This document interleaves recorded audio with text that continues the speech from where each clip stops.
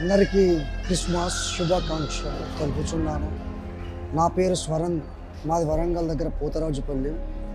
నేను ఈ ఒక మెసేజ్లో నేర్చుకున్నది ఏంటంటే భయాన్ని జయించడం ఎలా అనే దాని గురించి నేర్చుకున్నాను. దేవుడు ఇలా మన కోసం మరణించి ఆయన ఏ భయాందోళన లేకుంటే ఎంత నీతిగా బ్రతికాడో అదే నీతిగా మనం బ్రతికితే సింహము వలె మనం బ్రతకచ్చు అనే ఒక మాటలు నేర్చాను. డాడీ గారు ఎంతో సూటిగా నాతో మాట్లాడినట్టు అనిపించింది.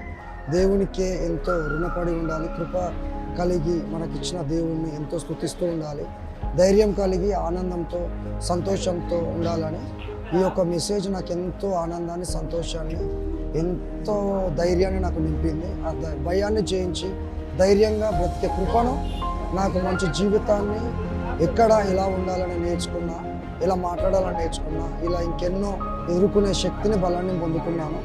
డాడీకి దహించు అగ్ని ప్రార్థన మందిరానికి నేను ఎంతో సంతోషంగా ఈ కృతజ్ఞతగా ఈ సాక్ష్యం చెప్పుతున్నాను. Thank you so much.